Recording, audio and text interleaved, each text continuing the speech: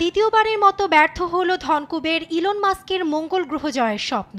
বৃহস্পতিবার টেক্সাস থেকে উড্ডয়নের কয়েক মিনিটের মধ্যেই বিস্ফোরিত হলো ইলন মাস্কের মহাকাশ গবেষণা প্রতিষ্ঠান স্পেস এক্সের আরও একটি রকেট। দেখে মনে হবে যেন মধ্য আকাশে হঠাৎ আলোর ঝলকানি।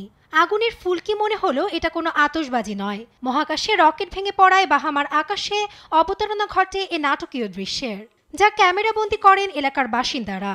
মুহূর্তে ভিডিওগুলো ছড়িয়ে পড়ে সামাজিক যোগাযোগ মাধ্যমে।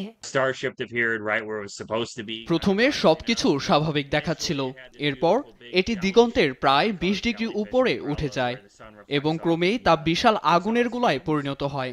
তখনই আমরা বুঝতে পারলাম যে এটি বিস্ফোরিত হচ্ছে। সে সময় অনেকটা উড়ন্ত আতশবাজির মতো দেখা যায় ধ্বংসাবশেষকে। আমি আগে কখনো এমনটা দেখিনি। 403 ফুট লম্বা